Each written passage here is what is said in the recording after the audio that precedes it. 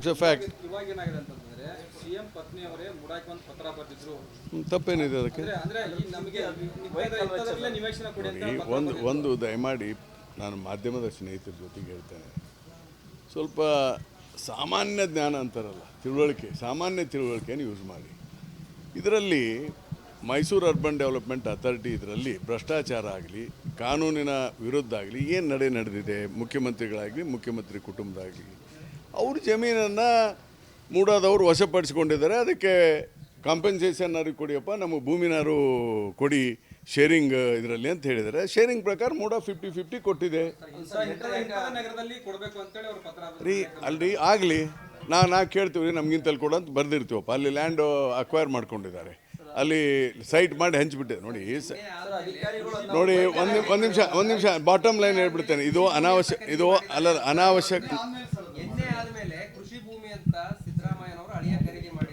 ನೋಡಿ, ನನಗೆ ಆ ಕೇಸ್ ಗೊತ್ತಿದೆ ಮತ್ತು I know the land revenue act, I know this thing. ಅದರಲ್ಲಿ ಯಾವುದೇ ಕಾನೂನು ಬಾಹಿರ ಕೆಲಸ ನಡೆದಿಲ್ಲ. ಕಾನೂನು ಬಾಹಿರ ಕೆಲಸ ನಡೆದಿದ್ದರೆ ಕೋರ್ಟಲ್ಲಿ ಚಾಲೆಂಜ್ ಮಾಡ್ಕೊಳ್ಳಿ, ನಾವೇನು ಬೇಡ ಅಂತ ಹೇಳಿಲ್ಲ. ನೋಡಪ್ಪ, ನಾನು ಆ ಕೇಸನ್ನು ಓದಿದೆ. ನಾನು ಚೀಫ್ ಮಿನಿಸ್ಟರ್ನೇನು ಡಿಫೆಂಡ್ ಮಾಡಲಿಕ್ಕೆ ನಾನು ಮಾತಾಡ್ತಾ ಇಲ್ಲ. ಆದರೆ ಕಾನೂನು ಪ್ರಕಾರ ಮುಖ್ಯಮಂತ್ರಿಗಳ ಯಾವುದೇ ತಪ್ಪಿಲ್ಲ, ಅವರ ಮನೆಯವ್ರ ತಪ್ಪಿಲ್ಲ, ಅವ್ರ ಸಂಬಂಧಿಕರು ತಪ್ಪಿಲ್ಲ. ನೋಡಿ, ಸ್ವಲ್ಪ ನೀವು ಅರ್ಥ ಮಾಡ್ಕೊಳ್ಳಿ, ಇದು ಅನಾವಶ್ಯಕವಾಗಿ ಚರ್ಚೆ ಆಗ್ತಾಯಿದೆ. ಈ ಲ್ಯಾಂಡನ್ನು ಡಿನೋಟಿಫಿಕೇಷನ್ ಆದದ್ದು ಯಾವಾಗ? ಏನು ಸಿ ಎಮ್ ಅವರು ಹೆಂಡತಿ ಇದ್ದಾಗ ಏನರ ಡಿನೋಟಿಫಿಕೇಷನ್ ಮಾಡ್ಕೊಂಡ್ರಾ? ಅವ್ರ ಅಳಿಯನ ಹೆಸರಲ್ಲಿ ಏನರ ಡಿನೋಟಿಫಿಕೇಷನ್ ಮಾಡ್ಕೊಂಡ್ರಾ? ಒಂದು ನಿಮಿಷ, ಲೆಟ್ ಮಿ ಕಂಪ್ಲೀಟ್.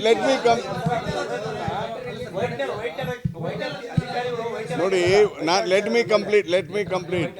ಇದು 90 ಅದು ಆಗಲಿ, ಎನ್ಕ್ವೈರಿ ಆಗಲಿ. ನೋಡಿ, ಆಗಲಿ. ನೋಡಿ, ಆರೋಪಗಳನ್ನು ಮಾಡೋದು ಭಾಳ ಸುಲಭ. ಈ ಕೇಸಲ್ಲಿ 100ಕ್ಕೆ 100ರಷ್ಟು ಮುಖ್ಯಮಂತ್ರಿಗಳ ತಪ್ಪಿಲ್ಲ.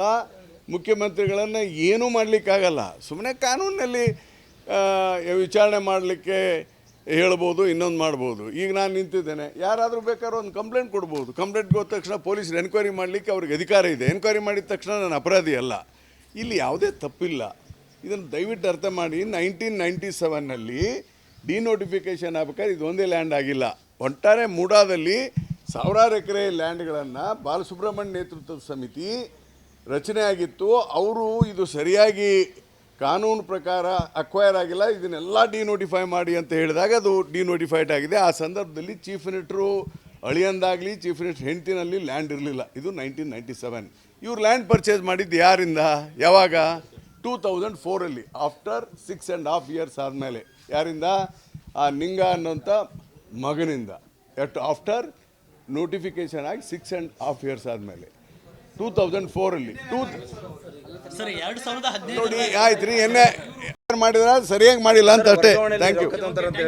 ವರ್ಗಾವಣೆಯಲ್ಲಿ ಮತ್ತೆ ಪರ್ಮಿಷನ್ಗೆ ಅವ್ರನ್ನ ಹೋಗಿ ಕೇಳ್ರಿ, ಅವ್ರು ಎಲ್ಲಿ ಹೇಳ್ತಾರೆ ನಮ್ಮಲ್ಲಿ ವರ್ಗಾವಣೆ ಇಲ್ಲ. ನೋಡಿ, ವರ್ಗಾವಣೆ ನಾನು ಪರಮೇಶ್ವರ ಅಥವಾ ಇವರು ಒಬ್ಬರು ಪರ್ಟಿಕ್ಯುಲರ್ ಮಾತಾಡ್ತಾ ಇಲ್ಲ ಸರ್. ಅವ್ರ ಮಿನಿಸ್ಟರ್ ಇರ್ಲಿ ರೀ, ಏನು ಮಿನಿಸ್ಟರ್, ನಾನೇನು ಮಾಡಲಿ? ನಾನೇ ನೋಡಿ, ನಾನು I am not talking about. ಅಲ್ಲಿ ಲೆಟರ್ ಸಹ ಸಿಕ್ತು, ಎಲ್ಲ ದಾಖಲಾತಿಗಳು ಸಿಕ್ಕಾಗ ಸಹ. ದಯವಿಟ್ಟು ಅರ್ಥ ಮಾಡಿ, ನಾನು I am not talking about any individual case. I am talking in general. ಇದು 1985 ನಂತರ ಈ ವರ್ಗಾವಣೆ ಇದು ಸ್ಟಾರ್ಟ್ ಆಗಿಬಿಟ್ಟದೆ. MLAಗಳು ಲೆಟರ್ ಕೊಡೋದು, ಈ ನಾವೇ ಇದ್ದೀವಿ. ನಾನೇ ಎಷ್ಟು ಲೆಟರ್ ಕೊಟ್ಟಿದ್ದೇನೆ, ಆದರೆ ನಾನು ಕೊನೆಗೆ ಒಂದು ಬರೀತೇನೆ, ನಿಯಮಾವಳಿ ಅಂತೆ ಮಾಡಬೇಕು ಅಂತೇಳಿ. ನಾನು ನೋಡ್ರಿ, ನೀವು ಹೌದು, ನಾನು ಯಾರನ್ನೂ ಹಿಂಗೆ ಮಾಡ್ರಿ ಅಂತ ಬರೆಯೋದಿಲ್ಲ. ನಾನು ನಿಯಮಾವಳಿಯಂತೆ ಇಲಾಖೆ ವರ್ಗಾವಣೆ. ಯಾಕಂದರೆ ಏನು ಮಾಡ್ಬೇಕು ಈಗ, ಇದರ ತಪ್ಪು ನಮ್ದು ಒಬ್ಬರದೇ ಇಲ್ಲ. ನಮ್ಮದು ತಪ್ಪಿದೆ, ಸಾರ್ವಜನಿಕರದ್ದು ತಪ್ಪಿದೆ, ನೌಕರಸ್ಥರದ್ದು ಮುಖ್ಯವಾಗಿ ತಪ್ಪಿದೆ. ಇದು ಎಲ್ಲ ಸರಿ ಹೋಗಬೇಕಾದ್ರೆ ಕೊಡೋವನು ತಗೊಳ್ಳೋನು ಇಬ್ಬರು ಸರಿ ಆಗಬೇಕು. ಕೊಟ್ಟರೆ ತಪ್ಪೇನಿದೆ? ನಾನು ಕೊಟ್ಟಿಲ್ಲ ಅಂತ ನಾನು ಹೇಳಲಿಲ್ಲ. ಯಾರು ಬೇಕಾದ್ರೂ ಬರ್ತಾರೆ, ಬಂದು ರಿಕ್ವೆಸ್ಟ್ ಮಾಡ್ತೀನಿ. ಈಗ ನಿಮ್ಮ ಪತ್ರಿಕೆಯವರು ಎಷ್ಟು ಮಂದಿ ಕೊಟ್ಟಿಲ್ಲ ಹೇಳಕ್ಕಾಗುತ್ತ ಅದನ್ನ? ಅಲ್ಲ, ನೀ ತಗೊಂಡಿರ್ಲಿಕ್ಕಿಲ್ಲಪ್ಪ, ಅವರೆಲ್ಲ ಹೆಸರು ಹೇಳಕ್ಕಾಗತ್ತಾ? ಎಲ್ಲರೂ ರಿಕ್ವೆಸ್ಟ್ ಮಾಡ್ತಾರೆ ಅಂತ. ಇದು ಜನರಲ್ ಆಗಿ ವರ್ಗಾವಣೆ 99% ಆಫೀಸರ್ಸೇ ವರ್ಗಾವಣೆಗೆ ಒತ್ತಾಯ ಮಾಡ್ತಾರೆ. ಆಮೇಲೆ ವರ್ಗಾವಣೆ ಮಾಡದೇ ಇರುವಂಥ ಅಧಿಕಾರಿಗಳು ಇದ್ದಾರೆ, ಆದರೆ ಈಗ ಕಡಿಮೆ ಆಗಿದ್ದಾರೆ. ಆಮೇಲೆ ಏನಾಗಿದೆ, ರಾಜಕೀಯ ಒತ್ತಡಗಳು ಜಾಸ್ತಿ ಆಗಿಬಿಟ್ಟಿದೆ. ಅದಕ್ಕೆ ಇದೆಲ್ಲ ವರ್ಗಾವಣೆ ಪತ್ರಕರ್ತರಿಗೆ ನಮ್ಗೆ ಗೊತ್ತಿಲ್ಲಪ್ಪ, ನನಗೆ ನನ್ನ ನಟರಿಗೆ ಯಾಕೆ ಯಾಕಂದ್ರೆ ನಾನು ಇಷ್ಟ ವರ್ಗಾವಣೆ ಕೊಡ್ಬೇಕು ಒಂದೇ ಬರಿತೀನಿ, ಲಾಟಿಗೆ ಒಂದೇ ಬರಿತೀನಿ ನಾನು. ಸರ್ಕಾರದ ನಿಯಮ ಇಲಾಖೆಯ ನಿಯಮಾವಳಿ ಅಂತೆ ವರ್ಗಾಯಿಸಲು ನೋಡಿ. ಎಲ್ಲ ಸಮಾಜದಲ್ಲಿ ಎಲ್ಲರೂ ಇದ್ದಾರೆ.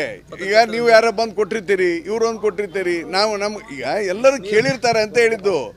ಈಗ ಅವ್ರ ಹೆಂಡತಿ ಇರ್ತಾರೆ, ಅವ್ರ ಅಣ್ತಮ್ಮಳು ಇರ್ತಾರೆ, ಇವ್ರು ಇರ್ತಾರೆ, ಅವ್ರು ಕೇಳಲ್ಲ. ಆಮೇಲೆ ಕೇಳಿದ್ರು ಏನು ತಪ್ಪಲ್ಲ, ಇವೆಲ್ಲ ನಡೆದು ಬಿಟ್ಟಿದೆ.